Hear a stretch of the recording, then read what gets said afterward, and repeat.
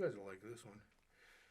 This is the first time Puffish came into town, and I got to open for them. Puffish. Oh wow. Yeah, and actually, I brought my Martin. I did acoustic, but I had to have a backup guitar, so I just figured that if I broke a string or whatever, I brought this electric, which was called a Time guitar. Time guitars were from Burlington, Vermont, which was where these guys were from. Okay. Now, Roberus, my old band, we were on the road at that time all the time. You know what? Roberus was the first dead band in the Midwest, or at that time was jam band, and so I brought. I'll show you that guitar too. But anyway, I brought it just so I made sure. I said, look, can I just have a setup where I could just plug this in so I could use it on the monitor if I broke a string, right? And they said, sure. So I went back. I got to meet the. Fish was just another band. We met them. What year was that? I didn't see your 91. 91. They were at the Agora. And so they just needed an open act. They called me, and I just went in. And so it was backstage. We were waiting they were finished with their sound check. And so I met Trey, and I was talking to him, and he had his guitar, and I said, that's really a cool-looking guitar. I said, is that a dog on your headstock? And he said, yeah, it's my dog. My sound man made this guitar and cloisonnade my dog on that. I said, oh, that's great. I want to do that with my dog. And so he said, he goes, what's that guitar in the case? He saw the Martin. I said, well, this is just a backup guitar, but it's the guitar I usually use on stage. It's called the Time guitar. I said, well, I know all about Time. I'm from Burlington. I said, yeah, I know. Yeah, you guys. I said, so I bought this here in Cleveland. I pulled it out. He goes, oh, I have the exact same guitar. And he says, oh, let me, can I check? I go, yeah, as long as you let me play yours. And so I played his, and we just started monkeying around together. And his sound guy comes out of the woodwork. Are you guys recording those? Just kidding. His sound guy comes out of the woodwork, and he's passing by, and he sees the Time, and he goes, oh, my God, I designed that guitar. And I had no idea. And it was Languedoc. Do you know Languedoc guitars? He's another luthier. I mean, but he's a sound man. But he's a very famous luthier, so all right, this somehow all fits together, I promise you. Anyway, so let me find this.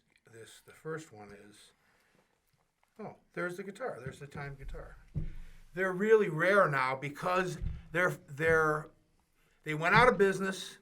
They made wonderful. I mean, the materials in the guitar and the workmanship, they were fabulous. Yeah. If you look online, they're very expensive. But they're heavy as fuck. That drum system looks like it weighs a bunch there. Yeah, but it's like the 80s Fender style, right? Yeah, the body was solid mahogany. Yeah. And the neck was maple, and it was a great guitar. It had all the bells and whistles, like all sorts of really cool setups down on the configuration. You could see all the everything was coil tapped and this and that. Oh, okay, yeah, you got three switches on there. I ended up just using three things, Yeah. But anyway, there's a story about Michael with this too, but you don't want to hear that, right? I could be talking here all night. But anyway, so here's a lot of Indian relics. I collect Native. By the way, this was heavy Native American area. It used to be a couple Indian mounds here and other various sundries. Geauga, Chard, these are all Indian names. Native American. Well, language. Geauga, you know what that means? That's a raccoon. That's right, and that's a Seneca, which is part of the Iroquois peoples, in New York. But they came here too. All right, I'm gonna find it. I promise. Oh, here it is. All right, so. You find stuff way faster on your phone than I do. Mm-hmm. I have it starred. Well. Okay. All right. This is part of the. I want to show you what it looked like beforehand. Oh, here it is. So this was I got this in 1973. You can't see the headstock though. And you could see the P90. Yeah. Well, look what this guy did to it. He butchered it. He mini put humbucker? Yeah, that's a Mini from the early 70s. Yeah. Drilled humbuckers from the early 70s. No, that one is. That's a P90. The original, the dog-eared ones. Yeah, the original not P90s, but the original Les Paul Juniors only had one pickup. Yeah. And there was no toggle switch. Well, this guy put a toggle switch, a 3-way toggle switch. He fucked up all the wiring, put a couple other holes, and you could see one of the holes, I believe. Yeah, right there. Yeah, that's another, and that was. Did they always have the full body pick guard back then? No, too? that he put that on. Well, I'll show you what it really ended up, what it was. So that's the original. I used that until 1988 when I bought that Time guitar. Okay, and so I took Can I it. show our viewers that one? Sure. That's the. And by the way, that was in. I had a friend that was doing a thing about Cleveland musicians, blah blah, and he said he was a fan of Roberos, the first successful band. Michael used to come. What was it called? Let me write it down. No, you know what? You don't have to. Here's a little. There's a Roberos. That's what it means. A snake that bites his tail. Roberos. Ouroboros. Oroboros. Okay. There's a lot of spellings what it means, and it's in every culture. It's a symbol for, it's a symbol for like the phoenix, Yeah. where it's birth and death and rebirth. And that's a little history of me and the JiMiller band, but not only that, but Ouroboros too. So we were the first jam band, started in 1980. We were a total anomaly here in Cleveland. I mean, this is during the skinny tie era. I love Elvis Costello. Don't get me. I love him. I absolutely. He's a deadhead. Elvis Costello is a deadhead. I did not know that. He was on he was on a Jerry tribute album, and so was Fiona Apple. She's another deadhead. It's like they're closet deadheads, So anyway, my very first exposure to the Grateful Dead was a PBS tribute. Like, it was on PBS. It was just a Jerry Garcia tribute. And I remember Elvis Costello being on that. Oh yeah. He's a big deadhead. I have a water. I had my jacket and I had a water someplace, but I probably just completely lost it now. I think in your car, I think you came out with just that hoodie. Yeah, I brought it in, but it doesn't matter. I'll just drink it. Yeah. Ooh, you guys are pretty nice. You got some How Schweppes do I there. rate? Need a glass? Yeah. I guess, yeah. Why not? All right. Anyway, so you could read about the band and all the people that I opened for and got to play with. I got to play with the Allman Brothers, blah blah blah, all this bullshit. It's just because I was in the right place at the right time. That's all. Yeah, we might read this out loud and put it in front of the episode. Yeah, you could. By the way, welcome back to Cuyahoga Sound Podcast. We're here with JiMiller. I'm Evan Stone. I'm Chuck Schilling. Chuck Schilling. Yeah. All right. Hey, it's a free for all. Yeah. It is a free for all. It's okay. It's the freeform podcast. Yeah. Well, I just showed you that guitar real quick, and here I want to just find it wherever it is. It's going to be here someplace. So you guys continue talking until I find. All right. So my luthier, Jay Power, shameless plug for JJ. I hope you're listening. Where's he based out of? He lives in Willoughby Hills. Okay. But he's known all over the country. He designed guitars. Does he have a shop? Yes, he does, but he Willoughby doesn't do Hills. as much designing anymore. He mostly just fixes guitars. What's the guitar place and the place downtown? Not Empirical, I can't remember. Here is the Guitar Riot? Prospect? Oh. It We're might throwing be- out all kinds of. Yeah, it's not oh my God, does Mike still own Prospect Music down there? Holy shit, that's where I got that. Am I allowed? I'm not sure. Am I allowed to say dirty words? Yes. Anyway, Fuck so yeah. They're all right, encouraged. so- I anyway, haven't been in Prospect since there's 6 years. there's the original wood of. He stripped it down. He put a new neck on it. We're talking about what I thought was a 1954 Gibson Les Paul Jr. And I had it refinished. And there's the back. He put the neck on. Neck is fabulous because the neck was, we talked about your guitar. Yeah. Oh, it's broken off. The headstock was broken off. That's how I can afford them. When I bought it, the guy right, I hear that driver. Those are my favorites. Yeah. Well, anyway, the headstock. The guy had it Rebuilt. he had it in the car when I bought it. I bought it for $250, right? 1973. Anyway, so let me get to the darn thing. Where is it? And there I am, about 100 pounds heavier, and there's what it looked. That's what he restored it. He restored it to. Oh, and cool. he called me up. He goes, Jim, it's not a 1954. It's a 1956. Okay. I said, why'd you find out? He goes, so I went inside and I found the numbers inside. Oh. So isn't that cool? Yeah, very cool. Nice So teardrop on that Yeah. finish. That's beautiful. Yeah. Oh Lord, I look like Jabba the Hutt. It's nice to lose all that weight. So I've lost 95 pounds. We were just talking about Star Wars in the last episode. Really? Hey, I knew I was connecting here somehow. No, that looks gorgeous. And isn't yeah, it's it is. It, That looks wait gorgeous. till you hear the sound. You could take the tone of that, and it sounds like you're changing a pickup. Yeah, absolutely. You I had know a what I'm saying, I had right? a Oh. 62. I thought this guy was a drummer. Wait I had a minute. 62 SG Junior. You or can be a drummer and a gearhead. Les Paul Junior. Yeah, that was the single P90. That thing was great. Yeah. Well, anyway. When do you like over that? About 5 years ago. I only had it for a short Right time. before I met you. Yeah. Probably right around there.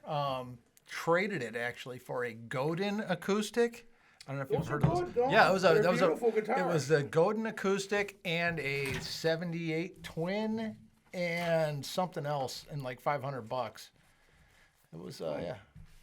I ended up getting, and then I traded the. That's the twin. nature of the beast. Traded the You twin could for an just- Explorer. You could save that stuff What's for this, a later. set Yeah, with no, Coke? no, those are that's the dates coming up. The checks are what's really happening. This was sort of thrown together for my bandmates and stuff. Oh, all right. But anyway, so I'm sorry.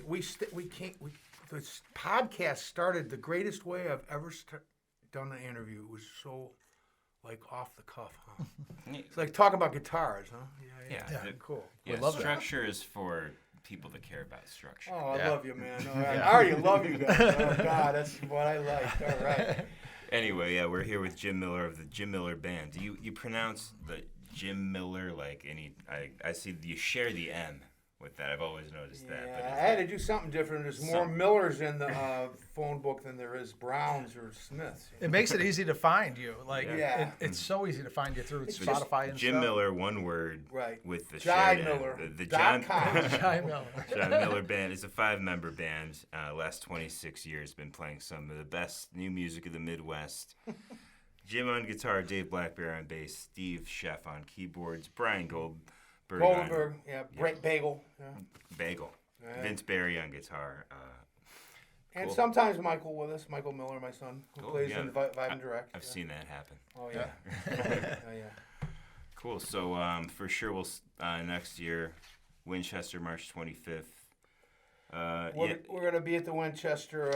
The next show is Night Stage, which is a really nice room. Night It's next Stage. Night Was it Stage. Joe is in Vitale Ak- talking to us about I that? think so. Yeah, it's right next to the Civic. They used to stick us on the stage at the Civic Theater in Akron, in downtown Akron. All right, and we had too many people, and then they opened this club next door, which is a really nice place, really, and it sounds great there. It's acoustically really good, set up really well, and so my handwriting sucks. No, I That- know. You guys are going to do the Classic Fest? Well, Beth, my wife and I also play acoustic together. That says Jim and Beth. That's Yeah. Okay, all That's Beatles? awesome. All all Beatles. Yeah, Yeah, that's- Beth. We're definitely going. Yeah, like down when, for when that. when they announced Rumors, the Fleetwood Mac's going to be. Oh, did you R.I.P., know Christian R.I.P., McVie died today? I asked. See, I don't get on Facebook. I can't deal with it. My Understood. good Yeah, friends. Understood. Hey, I wouldn't Tony, get on Facebook. Tony, if are they you didn't have to promote listening here? music shit. Tony Kochev is my promo guy, and I've had him for the last 5 years, and I would be totally lost without him. He is the best, and he's the greatest, and he believes in my music, and he's over these 50 years of playing professionally, he's just been the best thing that ever happened to me, and he's the only person I ever met that does what he says and says what he does. Okay, you know what I'm saying? Yeah. I told Michael that too, but he doesn't always do that. Cut that. Oh, do I sound like a dad? Yeah. Well, yeah, we try not to talk like that about Right. people, but I guess if it's the father. Yeah, then I'm let only it slide. kidding. I'm only kidding. We'll allow it. I busted Michael's ball here. Yeah. All right. So, Yeah, always Grateful Fest. That's cool, but yeah, no, we're we'll not see going to it. do Grateful Fest this year. It's we're just not doing. Look, we're a headlining band. Headlining what? headlining or headlying. Oh. We're a headlining band, so when we play at Nelson's, we headline. Cool. Or Lazy Daisy type stuff. Yeah, that's my baby. That's been going on for about 24 cool. years. I had a band called New Moon Rising. Our very last show was our very last show was before we were supposed to play that in like 2017, and that was the first show that got canceled as it became a breakup of the band. Oh. Yeah. Still came to the show though. I was gonna get on stage with John Welton, but he played Friday night of that. Yeah. He headlined that night Friday. Yeah. I thought you can't remember shit. It's amazing. That was pretty good. Only 5 years ago. What it really is selective memory. Yeah. Like I don't remember the gig we played here in Northfield because it was a terrible gig. So I forget these. Northfield. Yeah. At the casino. No, we played Where there, else and I'd like to forget that. Where else is there a venue here? There was just this little club we played at. It was someplace. There was the pit stop here for a little bit when I It was first some moved sort in. of like local bar that had bands for a while, but it was before your time. I think I know what you're talking about. Was it the Wing Warehouse? It could have been. They had a big stage there, right on 8, and Maybe my keyboard players texted me in the meeting. yeah, they had a good sized stage there. I don't know how they stayed open. It was a huge place with a really big stage, and every time I went in there, it was like 6 people in the whole place. I'm like, how do you afford rent here? Like, we call that 3 hippies and a dog. It was a huge place. Like that. But every musician's got to pay that price. Yeah, right? absolutely. You know what I mean? Yeah. And you know what? I was lucky enough when I say a kid, I was 18, to meet B.B. King. He played down at the old Coliseum, cool. which is where the old what were they called? I can't remember. Darn, not the Crusaders, but that was pre-Crusaders. Oh, I can't. The Barons, Cleveland Barons played. yeah. Hockey. They were a hockey team. They were like second level hockey team, and but it was supposed to be. Which is very strange. There is a connection here. It was supposed to be Quicksilver Messenger Service and B.B. King. Nice. But Quicksilver didn't show up. So B.B. King went out there and played the whole show, which was 5 hours. Oh, 5 hours. what year are we talking? 1973. Only 200 people showed up. It was this huge, the place holds, what, 3,000? Would have been there. Okay, so he come and I mean it was, and of course I was out of my mind because am still a huge B.B. King. I'm a big blues fan. I'm a big Roots fan. Wherever the Roots are coming from, that's what I love. I'm a big historian. I used to teach history at Cuyahoga music history at Cuyahoga Community College. Another Native American word, Crooked River, right? So Yeah. Anyway, so I got to meet him. So after they finished, I sort of hung out, and then everybody filtered out, and he was standing there with a couple other people, and then he was like starting to pack his stuff up, and I came up and I just said, Mr. King, I just wanted to. He goes, I don't know, BB. He just called me BB, and I said, I just wanted to tell you, I couldn't believe this show. I said, you played all those hours, and there was hardly anybody here, and he goes, well, that's good. What do you do? I go, well, I love playing guitar and I sing, and someday I'd like to play for a living. And so, well, listen, son, one thing I want to tell you, no matter if there's 2 or 200,000, play your heart out. And I never forgot that, and that's the truth. And then when it gets down, and no matter how dirty the business is, because I manage the band and I do all the work and I pay the taxes, and I've been doing it for years and years, and I hate it. I can't stand the scum of the earth that I have to deal with. Did you ever hire someone to do that part? If I could find one, you want to be my manager? No, I don't. Right? Yeah, right. I know. I want to hire someone. We're looking for I a guy. understand, man. It's the worst, isn't it? It's just terrible, and you have to have a real thick skin, which I don't have. But let alone shopping your material that you write. Are you kidding me? That's even worse. And I have thousands of stories of disappointment, Like the story, another fish story. I opened up for Fish like you did that thing, right? So we had Epic Records at that time. I don't even know if they're in existence. They came to see us in Chicago when we played. I'm gonna get back to my original story, I promise. But I lost track of what the original. It's all a good story. Well, you never know. We could get back there. But they came. They were thinking of signing us. And there was like a little primrose path they set down for 2.5 years. And they said, okay, we're going to make a decision finally, give us 2 months. And they called me back. They said, well, it was between you and this other band from the East Coast. And we made our decision, but unfortunately you didn't make it. So we're going to sign this other band. And they have a strange name. They're called Fish. And I said, you mean PH? And he goes, yeah. And I said, yeah, okay. So they signed them instead of Verabaros, which was mine, the old band. But, what year was this? 1994 or so. 19, yeah, someplace in there. Yeah. I'm trying to think of when like Fish emerged. Well, that was 91 that I opened for them. They opened for Santana that summer of 94, I believe, and that was it. They made it big because they're amazing musicians.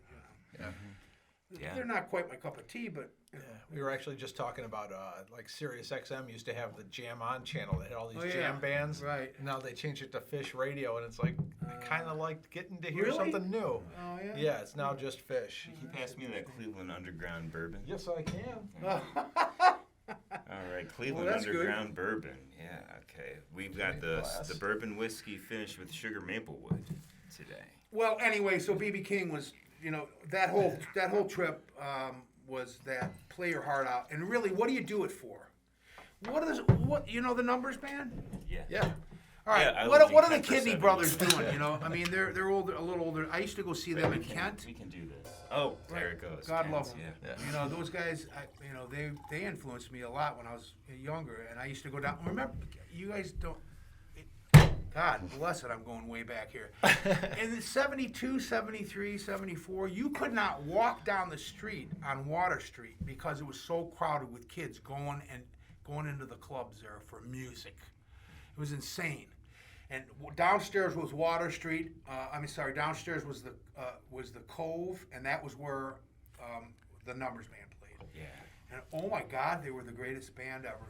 And they were so creative and so insane. And Kidney was up there like going, like he was like a young Kidney was something else, And I got to know him. I actually helped them a lot of times over the years. Like, he would say to me, well, what are you guys doing? How are you getting those gigs? And I say, hey, listen, man, here's the numbers.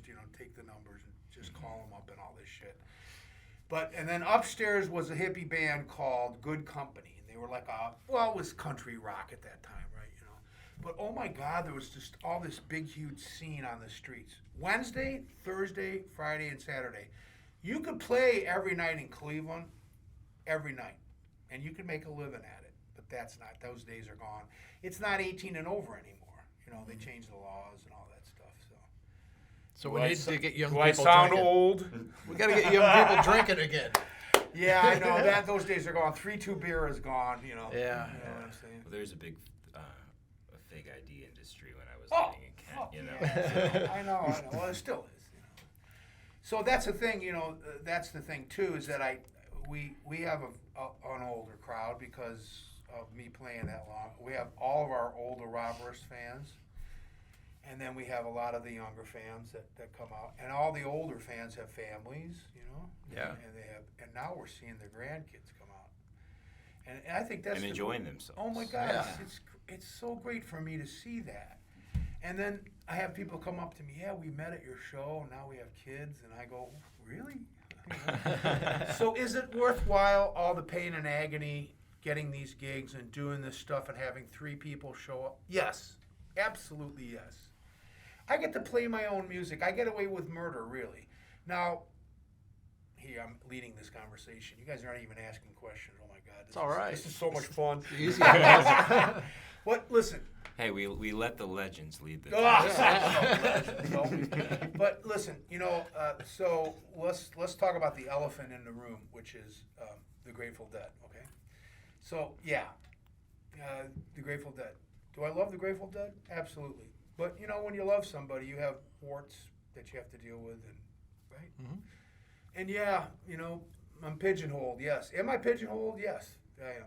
But you know, it's not a bad pigeonhole. Like you know what, you get to play a song like playing in the band, and you're sitting there in the key of D, and you're just creating. You feel like Miles Davis, and you're just like you're flowing with this. Like you feel like this. Sometimes the band is like this amoeba, just like they were.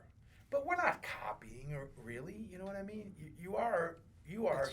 I am JiMiller, and I'm taking the structure of what they had in the song, and I'm singing it, or my drummer's singing that particular song. Brian Bagel Golenberg, by the way, best of friends I am with him. A fabulous, one of the most incredible drummers ever. Never heard anybody that can sing and play and do what this guy does.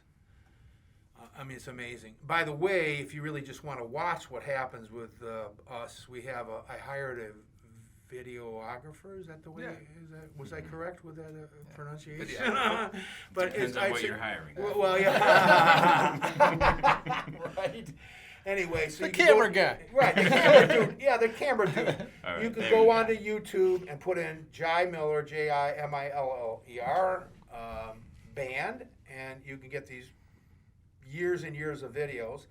But now Patrick Deegan, who is a tremendous, fabulous dude and camera dude, and he has a site that because I have CRS, I have to look it up, and it's called Masterpiece CC, Masterpiece CC, and you can just put that in. Masterpiece, probably off a Bob Dylan song, When I Paint My Masterpiece. Yeah. Right? Is this right?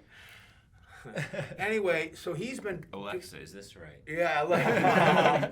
Anyway, so he's been doing our videos, and we're taking the soundboard from Ben from the Winchester. Oh, yeah. And let me get to the Winchester in just a second. I want to get him in. We've been trying. I really want to Ben? get a sound guy in here because we haven't had a sound guy. Well, you got to yet. do. You have to do. That's Ben. who I want. Please, I'll help you get him in. Okay.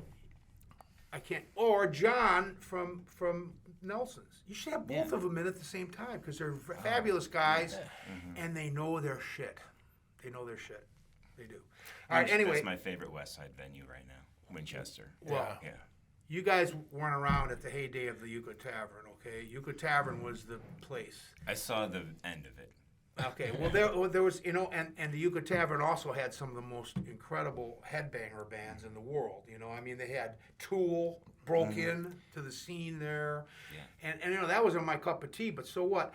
You had Mr. Stress there every Saturday, and they had Ouroboros on Fridays.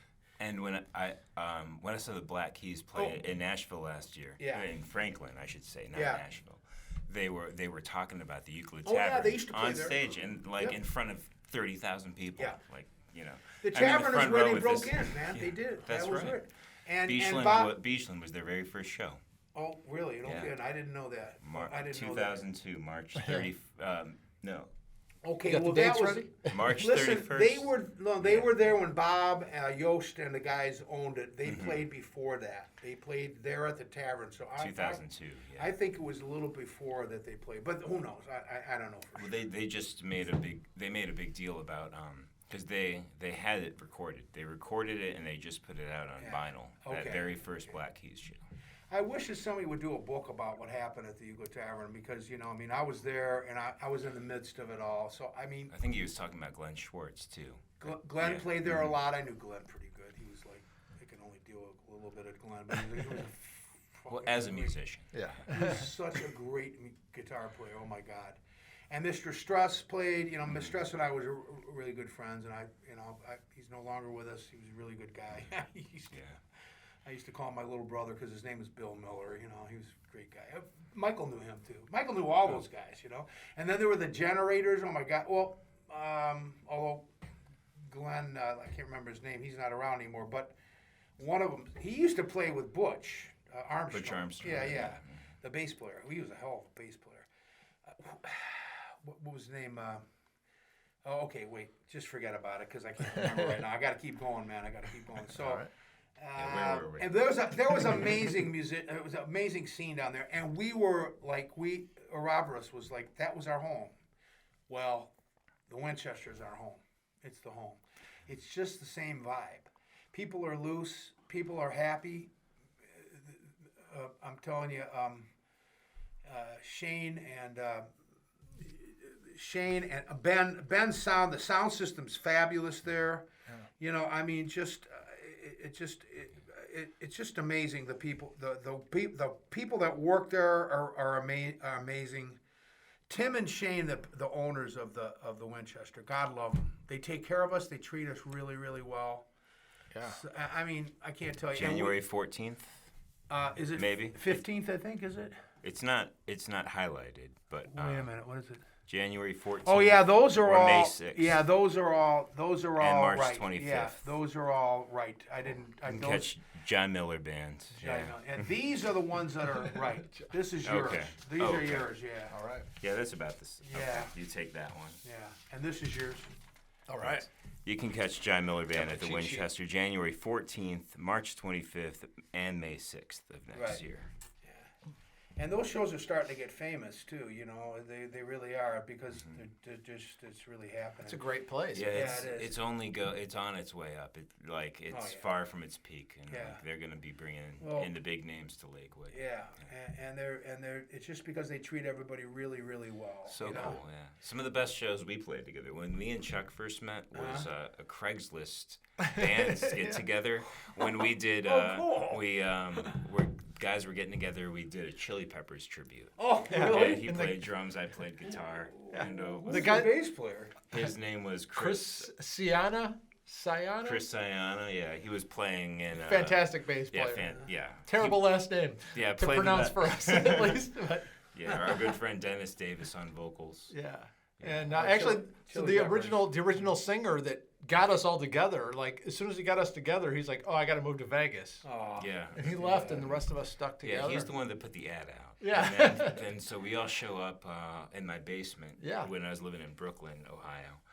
The original singer looked just like Anthony Kiedis. Just kidding, looked really? Just him. like him. Just Wow. like him. Yeah. He moved to Vegas. He's probably still doing stuff You know, out there. there Yeah, is he no is. tribute bands that are doing the Chili Peppers. None. Well, we were. Well, you guys should have. We were called. It's really We got a sad. call about it like Let's do it again. we got a call about it a couple weeks ago. Yeah, We John did. Ferrante. Michael was very influenced by him. My son Michael, he was very. So yeah, so was I. Michael went to this show in Cleveland where they, it was a Halloween show and they came in on a 2006, big, I was there. You were there with a Flea big comes joint? down from there, yeah. Michael's telling me remember about that. this. He goes, Dad, I went to the Chili Peppers. I said, you're kidding. He had a big nose. Yeah, He's yeah. coming down Oh, from my the God. rafters playing bass. Yeah. Oh my Oh, God. that's awesome. Hilarious. Oh boy, that's funny. Who put the Mars Volta open for him? Yeah. It was. They did not do very good. Yeah. No? No. They're good bands, but they. I mean, that show was just one long experiment that they were putting on, and God bless them, but. They didn't play any of the songs anybody knew. They just jammed for 45 minutes, and then it was time for the Chili Peppers. Yeah. Yeah. Cool. Stadium Arcadium tour. I wish I could have gone to that one. I really do. I've never seen him live. That was my only time. Do you ever see him? Sean? I have not seen him somehow. Yeah, time for sugar. Yeah. Pulp. Schweppes. How do you guys know I like Schweppes? Because that was the one that wasn't in 2 liters. Yeah, I like the cans too. Yeah. Little cans too. They make you feel big. You ever see the pictures of Andre the Giant holding a beer can? No. They look like smaller than that. It's ridiculous. That dude. The best like documentary I've seen from was it History Channel that did the one on Andre the Giant. Absolutely ridiculous. The dude Really? could pass a silver dollar through his ring, like his wedding He ring. was a giant. People messed with him and he flipped over their car. They ran into their car because they messed with him and didn't think he'd get up. He got up, he flipped over their car in the middle of New York City, and the cops showed up. He's like, "Yeah, I don't know." Well, you guys got the little history. If you guys want to ask away at all that craziness, I got lucky on all that stuff. We were on the Horde tour for a while for like a little blip. When was the first time you felt really lucky to be doing what you were doing? first time you felt like this is special? What I'm doing is like special to me. I was in Colorado, living in Colorado in Boulder. Well, I was outside of Boulder. I was living up in the mountains, and we tried to put Ouroboros together. This is pre-Ouroboros. So Ouroboros was a bunch of high school guys. You from Colorado? No, we lived in Cleveland. I went to Cathedral Latin. I'm a recovering Catholic Irish boy. That school, is it in Chardon? Well, it's in Chardon now, NBC? but at that time it was a boys' school in University Circle, and it was on 107th, in between 107th and Carnegie and Euclid. And that's what NDCL is now. Right. Well, NDCL was just Notre Dame at that time. It was a girls' school in Chardon. Okay. Had nothing to do with Latin. Latin had 60 years of history and in the 70s it couldn't keep up and it closed and they tore the building down. It's gone. Now it's a parking lot. I didn't know that. Yeah. And so, but I went there in the late '60s, and I graduated in 1972. In fact, I just had my 50th year reunion, which was 10th year, wow. 50th. I tried to help you. Yeah, I know, man. I heard that. We got some listeners. I know. Wow, 50 I just had years. my In other words, 37th I'm birthday. old. So, but listen, it was really cool. It was great to see all my, and I sat with all my old bandmates from a band that was in Cleveland called Chester Motel, which nobody really remembers at all. But we had a gig at the flip side, which was on. First, it was called Nagel's. So some of the old timers that might be listening will remember that. It was on Noble Road in Mayfield. It was right on the corner. But it was a very hotbed of music. And Art and Linda Smith owned the place. And they eventually sold it. And Roberts cut its teeth there first and then moved to the Euclid Tavern. We took over for Wild Horses, which I don't know if you remember them, but they had a big hit, Funky Funky Poodle. Yep. Okay. Nope. This is all history. Another one? I This is know all Funky history. Poodle. I don't know that one. This is all Cleveland history, musical It history. sounds like Funky Poodle would sound. Funky Funky Poodle. Funky Poodle, yeah. Yeah, right. It's actually a funny song. It's pretty cool. But I'll be- listen to it on the way to the car. but before that, I was in Colorado, and I was just playing on the street. I did a lot of busking. I did a lot of traveling and busking and all that shit. I was just I was just learning the ropes, paying my dues. But I played in a lot of bands, a lot of pickup bands. People would need a guitar player, a singer, blah blah, and I would do that. I did some studio work, and there was a band. A guy needed a guitar player and a backup singer, and his name was Corey Ryder. And he named us The Wind. So he wrote these songs. Corey Ryder. Corey Ryder and the Wind from Colorado, Boulder, Colorado, right? It was the 70s. Help us. Please help us. And it was really, the name of the band should have been Drugs Anonymous. But anyway, so he got this big, huge bar, which ended up to be called Tulagis. And I ended up playing there later on with Ouroboros. It was called the Pink Elephant at this time. So he hired the room, paid the money, put it down, and for 6 months he promoted this show, and we learned all his songs. And so practiced almost every day. The guy really did not know very much about music. Practice every day. Every day. For 6 months for one show? 6 months for one show. And that's not, maybe we took a day or two off, but I swear to God, we practiced every day. And he had a place up in the mountains. We'd show up there, we'd drink beer, and we'd practice, right? And so some of his songs were actually pretty good. So he was like a little cross between Bob Dylan and, even though he wasn't around, who's the guy that did Little Pink Houses? John Mellencamp. John Mellencamp. But John Mellencamp was probably 3 years old at that time, okay? All right, so I was a lead guitar player. We had a bass player. We had he was an acoustic player, and we had a drummer. And so finally the big day arrived. This guy, I've never seen a madman promote. I mean, there was Corey Ryder and the Wind in Boulder everywhere, and any place you could think of, there was the poster. On buses, on chairs, and old ladies. He would pass them out to old ladies. I mean, it was just crazy. And so the day of the show, the place was packed, lines out the door. It was nuts. Who is this Corey Ryder, right? How many did that whole capacity? About 500. So there's 500 people, and there's a line out the door. So, we're getting ready, we're playing, and getting ready, and Corey is he's starting to have a Sid Barrett. Right? Sid Barrett from yeah, Pink Floyd. yeah. He's starting to... We just talked about him last Yeah. episode. yeah, well, poor Sid. Yeah. God, what a great talent, but, tragic. It fate. happens. It does. It happens. Yeah. Yeah. Just the drugs just added fuel to the fire. You know what I'm saying? Yeah. Anyway, so Corey's starting to trip out. I think Corey had a little bit too much either to drink or too much to drug or whatever. But he's starting to freak out, right? So we get on stage. First song, twang. He breaks a string. So we stop, and he's trying to put the string on. He doesn't have an extra guitar. And so I'm helping him try to change the string, and he's freaking out. Promotes it for 6 months and brings one guitar. Radio. No, he doesn't have a backup guitar, which is something I learned very, very early. Bring your backup guitar, right? Yeah. Bring a backup. Michael Ding Dong doesn't have. He wants. Michael, bring us backup. Anyway, Anyway, he's got the one. I got a Yeah, I backup know. snare and a backup kick pedal. yeah, you better. Always. Yes, exactly. Anyway, so he breaks a string, right? Start the song over. He's so tight, like twang. Brings another string. Another. Oh. So I know it was sort of sad. So I started helping him do the string and try to do it. Then he walks off stage, and I follow him and I go, Corey, what's happening? He goes, I can't do it. I go, you can do it, man. It's okay. So I help him change the string. He gets his guitar back on. All these people are out there. What the fuck? What are you doing? Where's the music? You know how people are, right? They're giving him a hard time. And he comes up. He starts to play the first song again, and twang. I don't know, God, it's 3 times. And then that was it.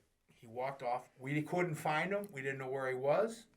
Nobody had any idea what his songs like, except for the backup. We didn't know what the songs. We didn't know the words or anything. The lyrics, yeah. So I said, time to punt, boys, and I just took over and ran with it. I mean, Franklin's Tower, anything with 3 chords, blues. I just came up with it as I went, and everybody was into it. They were all dancing and the whole thing. That was it. I said I could do this, So I sort of said I could be a front man. I could do it. I just had to do it. Yeah. So there's a little Zen saying, if you must, you can. You know what I mean? Yeah. So that was it. And then that's sort of been the mantra all the way through. So no matter what's happened, and how many all the weird shit that happens on stage, things breaking, and you just got to keep going. I always tell my students, look, if you're going to be on stage, and that's what I try to do. My students that stay with me longer. I just had 2 guys. They're both in composition now. One has asked. I'm not going to say who they are, but one has problems, and he's a great guy. And they're both doing composition in college now. And I've had them since they've been 6 and 8. They're brothers. It's amazing. Yeah. It's amazing. Really, it's cool. It's amazing to hold the same teacher for that time. Yeah. too. Yeah, it is. I know. And you know what, though? That's another thing, is that I have a lot of students that are like that, that I've weaned all the way through when they're little kids, from Guitar Hero days, where guitar, the game, is it Guitar Hero? Guitar Hero. Yeah. And from those times, and they're in college. And one works at Park Street Tavern, where we play in Columbus, and he works there now. And he's still playing, and he plays with bands. It's just, to me, that's like, it's all worth it when that shit happens, It's amazing. Guitar Hero, I'm just going to cut in. Guitar Hero was really good for me. Yeah. There I was- enjoyed it too. There was a lot of music from that video game that I would have never heard otherwise. I hear you. And it was And just in my guitar parts. formative years of learning guitar. I mean, I know it's a video game, but I'm also Right. I'm 14. I played piano. Started piano from 6 to 12. Those were my music lessons. And then I picked up guitar, figured out how relative it is to how a piano is laid out, and taught myself. Took some lessons, and then when I got to college, I did classical lessons. But those Guitar Hero was like you learn rhythm like with your fingers, and then Right. you can take it to an electric guitar if like you understand music a little bit, and like so much more world opened up for me from these songs I never heard. I was raised in like a Christian household Okay, where you didn't get to ever listen to Pink The Floyd. Devil's music. Never got to listen to I got you. Led Zeppelin. Yeah, No yeah, Slayer? right. No. Yeah, that turned historically that turned that well, you don't get me wrong, the millennials, it turned them on to that era. Yeah. And that's the coolest thing, I think, and it also influenced the writing. That's a lot of the writing that's happening. Well, some of it's now, but it's very underground now. It's just not as. There's so much underground now because It's of great, though. because of like since then even like the population of the world is double Yeah. and technology is tenfold. Right, absolutely, yeah. And that's the thing too. It's like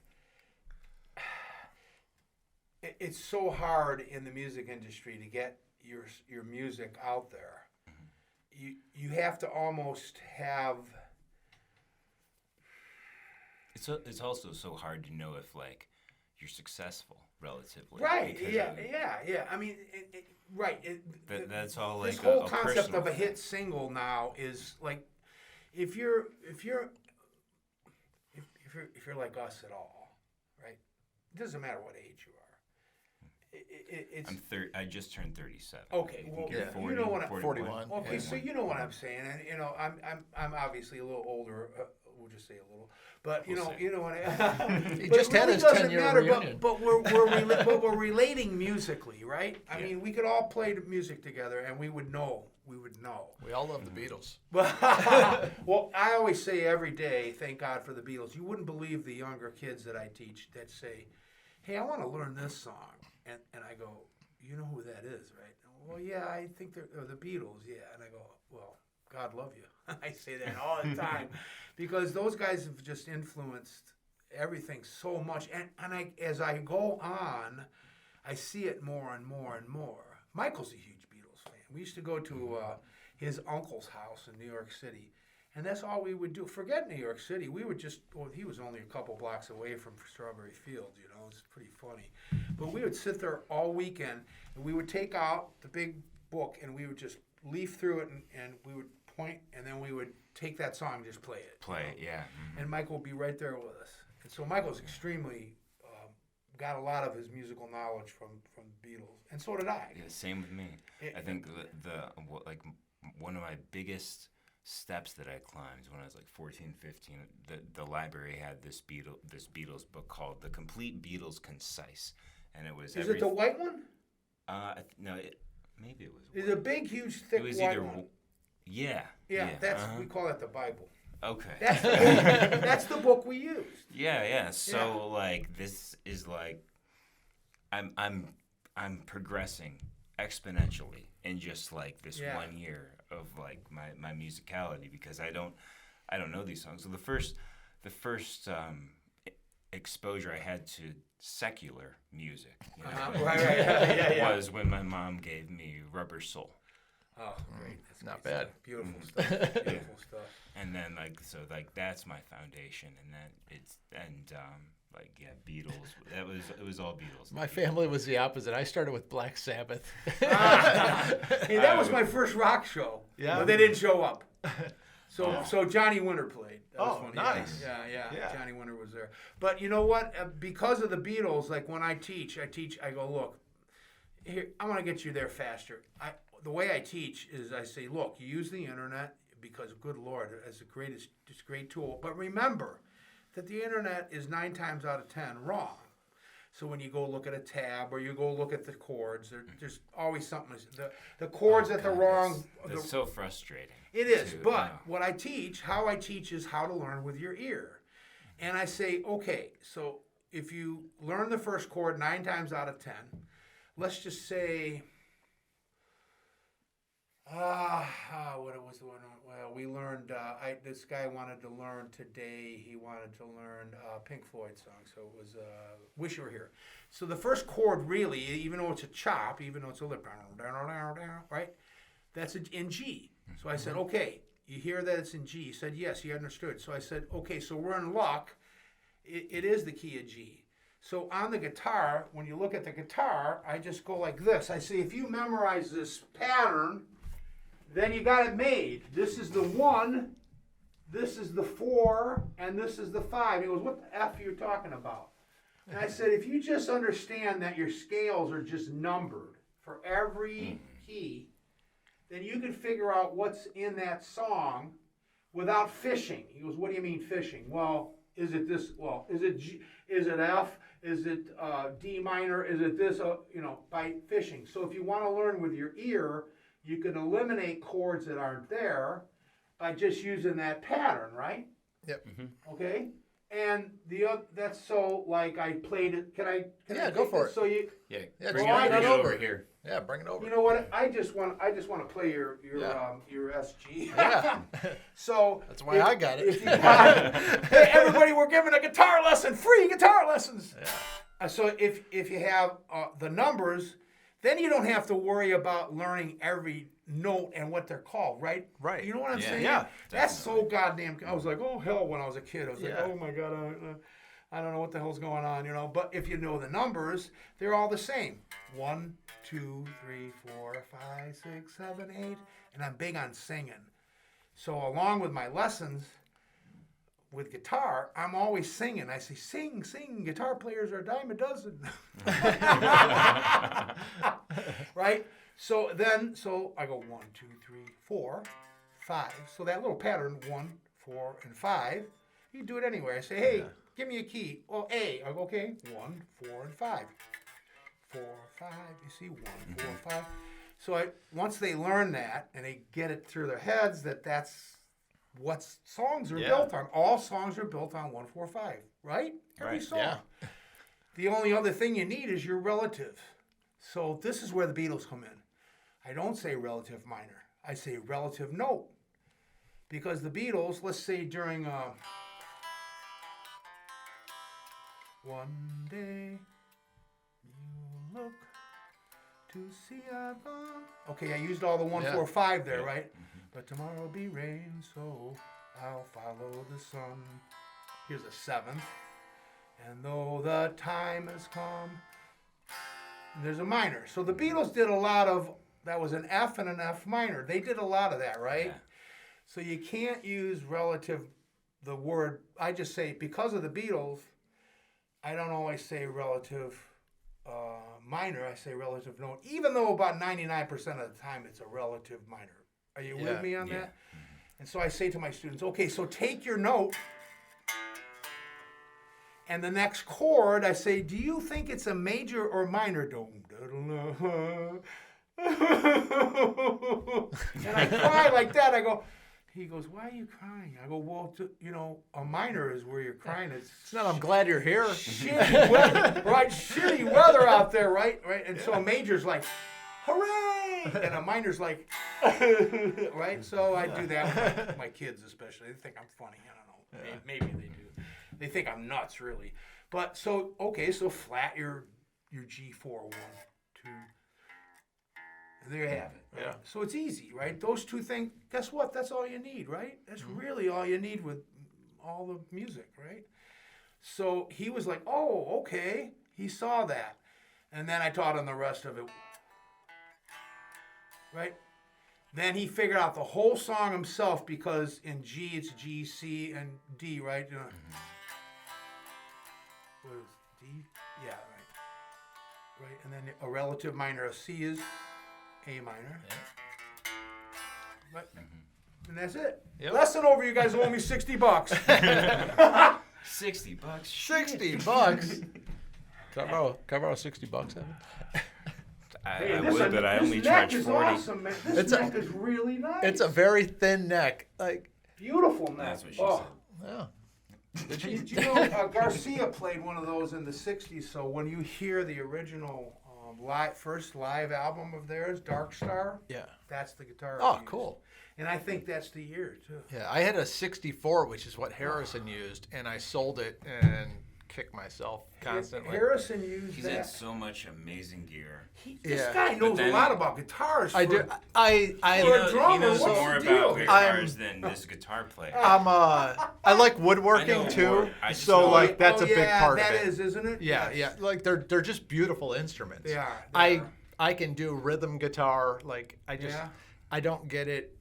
Like get into the lead stuff just isn't there for me. But as far as like appreciating the beauty, You're a lead and, player, yes. Yeah, and I guess I'm about the notes and like the music and the way everything works together than the actual object. Who are your influences? Jimi Hendrix Oh, is Hendrix, number okay. one. Okay. Yeah, and John Frusciante we've talked about. Well, then you love chording. I So love.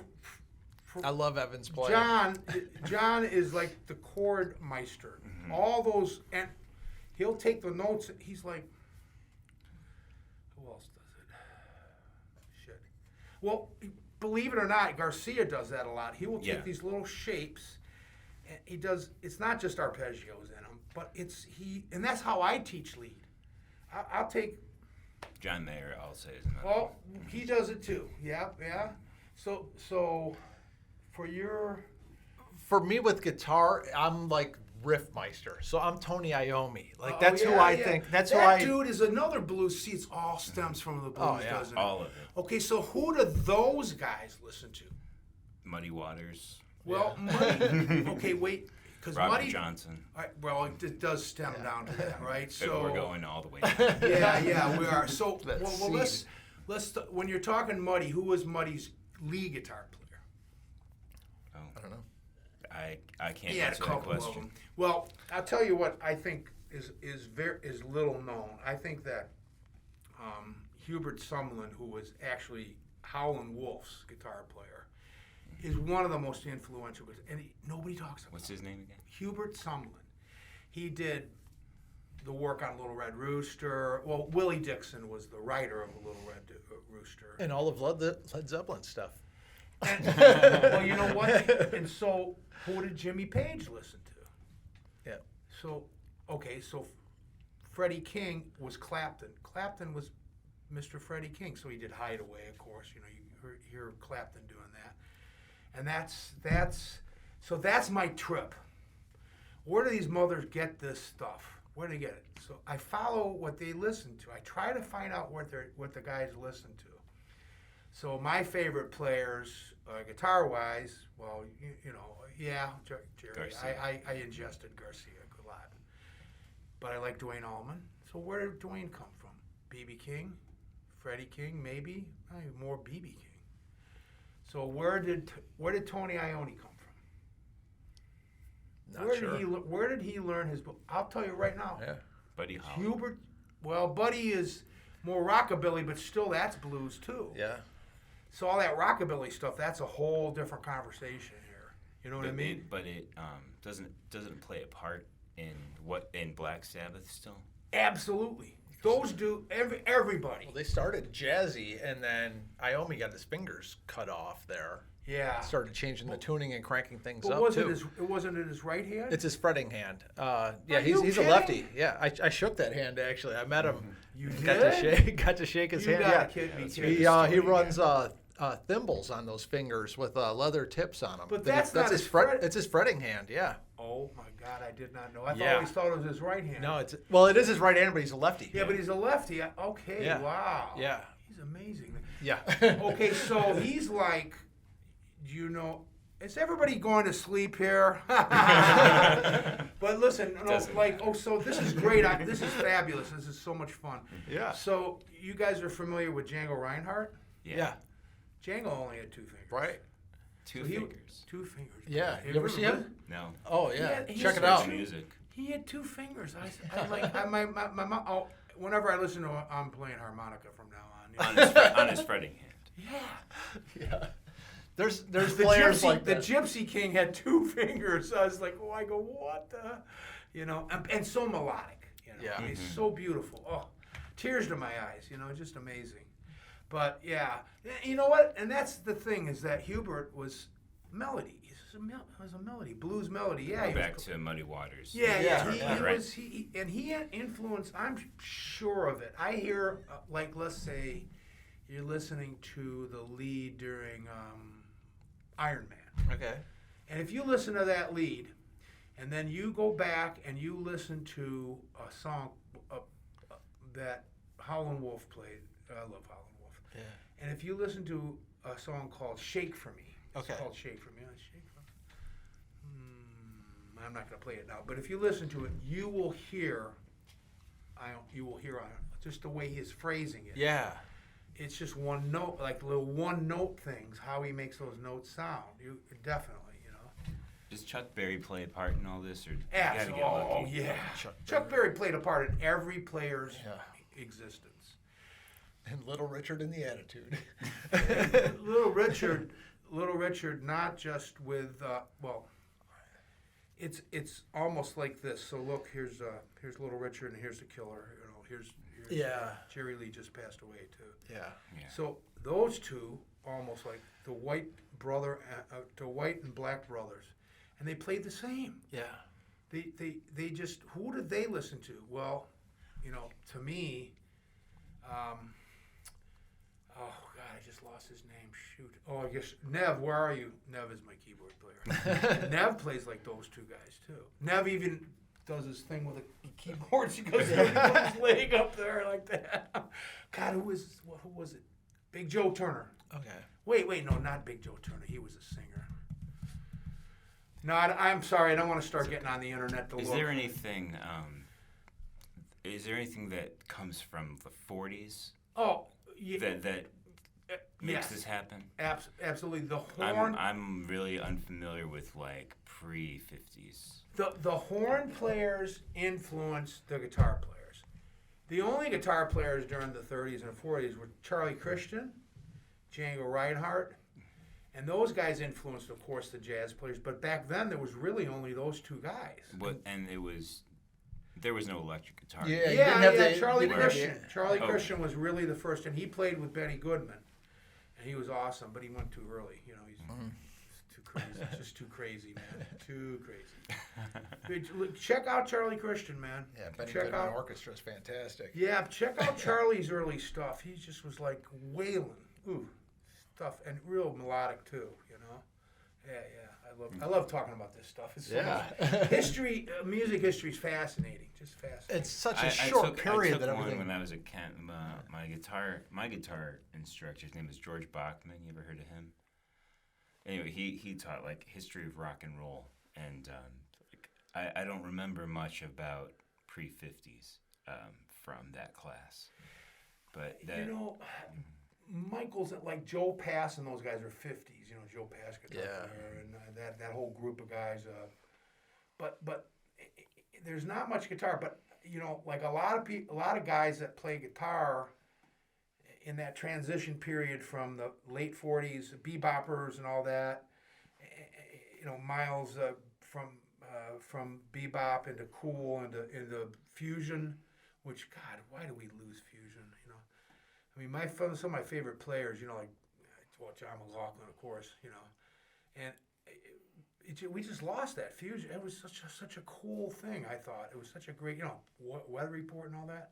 Yeah. How long we got? about 15, 20 minutes. Oh, Yeah. good. Okay. babble. That's all right. I That's all the podcasts are. I really wasn't trying to cut No, it no, short. no, Damn. it's all right, man, it's all right. Taking a look at the No, I time. just, I just caught you. So hey, but so Ornette Coleman became friends with Jerry, but he's a direct link to Charlie Bird Parker and Dizzy and that whole bebop thing, you know. And so there wasn't a whole lot except for Wes Montgomery. Now Wes Montgomery was in that 40s pocket, you know, and he had those phrasings, you know. So he's somebody to look into too. Yeah. Wes Montgomery, Yeah, I've heard of and him. he was 40s, he was late 40s bebop, or you know, 45, 6. He's one name I learned about that I just forgot. Oh, Yeah. he's Wes awesome. Montgomery. Yeah, Michael's into him. You can hear jazz in Sabbath, like in Bill Ward's drumming. It's jazz drumming that's Yeah, just with these monster riffs over the top. Like, Yeah, see those. Well, Pink Floyd too. They were doing the English Grateful Dead.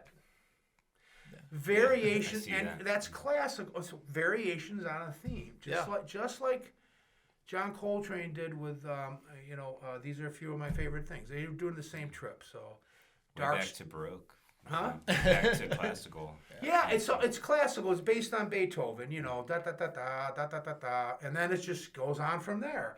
But that's what I'm talking about, where I get away with murder. I'm back to that whole I get away with murder. So the Grateful Dead, their song. Well, that's the beauty about what I love about them.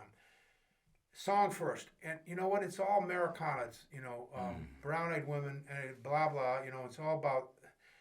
Robert Hunter has got to be the poet laureate of my life. I was so lucky to open up for him and get to talk to that guy. And I read these articles about he was the toughest guy to interview. He was all over well, no, he wasn't, because if you approach him like a normal human and just say, "Wow, where did that come from? Like, what do you read? What's your influence? What do you how do you come up?" All of a sudden he's saying, James, I go, yeah, I read James Joyce. Yeah, Kate's, yeah, you're like the Irish stuff, huh? Because I'm Irish, And so you do read Tolkien? Yeah, I read Tolkien, yeah. Oh my God, are you me? I said that to him. And he's like, he's laughing. And I said, well, I didn't plan on that, and he goes, well, how do you write my lyrics? And I said, well, I don't know. It just starts, and I just sit down, and sometimes I don't even know what the hell I'm writing about. And he goes, well, how do you think I write? I said, yeah, okay, I get it. And he says, well, how do you think James Joyce wrote? He wrote all of Ulysses like that. Like, you just sit down and God visits, Yeah. If good orderly direction, G-O-D. That's it. So there's something to be said about like your ability to make your hand do what your mind's telling it to. Well, yeah. You can't always put it into words. Right. No. So there's a special talent in that too. Well, listen, where is talent? What is talent? Is talent mom and dad, or is talent learned? Yes. I think talent. Yes to both. Talent's like appreciation. Yes. Agreed. Yeah. It is. And so you know what though? Talent is not to be messed with. Talent is a word that is filled with pitfalls to me. Too much expectation if you look at it the wrong way. Right. Yeah, agreed. I am grateful, hugely grateful, that I get to do what I get to do. I'm more than grateful, especially at my age. I'm like, what the hell? Are you kidding? Every day. Oh, really? Like, really? Yeah, Are you kidding? he just gave us a list of like 20 shows he's doing next year. Not only that, but the teaching trip too. And how old are your students? Like, anywhere from 74, and they stopped for a little while because it's Christmas time, and a 4-year-old. So I go 74 to 4. And you've retained some for over a decade. Well, I have 2 students that I've had since one of them started at 6 and one of them started at 8. They're brothers. Yeah, I've had and them. now they're learning. Now they're in college. composition. One's a junior in college and one is a freshman. And then I've had. Are these? I'm sorry to keep interrupting. Are these No. Are these? Are their parents like fans of your band? Or No, music? they're just cool people. I'm just lucky. Well, they come and see they've come and seen the band, but they're not fans. I have had people that are fans. I have one woman that is, she does this because she loves music, and she is, she didn't play, but she's an amazing singer. So I also do vocal work. Do you have any openings for our listeners if anyone's looking for Oh, lessons? always. And you know what? It was really strange at Thanksgiving. My family, I got together with my cousin Michael and Colleen, who run the Music Box. God love those guys. Oh, Yeah, they're the Love that owners of the place. Music Box, Michael Miller and Colleen Miller. And we talked the whole night about COVID, and it was all positive. Everybody talked about how the positive experiences that came from COVID. And I'll tell you what happened to me was I discovered working virtually. You know? Now I got a guy in I don't have to California. leave my house. that too. With Amazon and COVID, I'm set. I was able to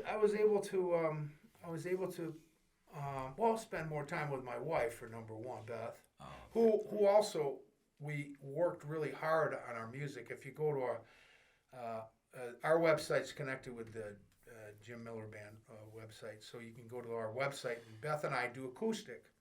So I'm able to do all the old acoustic stuff that I love, and also original stuff that I don't do with the band, which is nice to do. You guys write together. Yeah. We want to. I've been saying that to. I want to with her. Yeah. You guys been together how long? Beth and I have 15 years. Yeah. So. But anyway, so we formed that, and then we started getting out, and God love her, she's now performing with me, and she actually sings a Christy McVie song, which is called "Spare Me a Little," which is a beautiful song.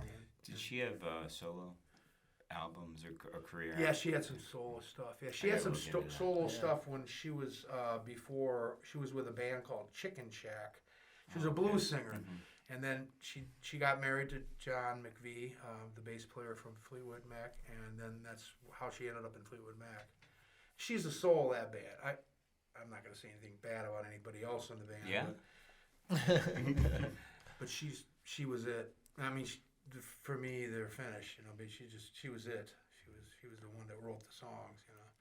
She has the most incredible songs and incredible voice. I just absolutely loved her. But hey, I didn't know that. I was she I was wrote the always best under the songs. impression it was Lindsay and Stevie. That's what everybody thinks. She was it. Oh, I'm such a commoner. She had, what I mean. She had the soul. If you listen to her music, she had the soul. It was just, it came right straight from the heart, right from the heart. And not to say anything about.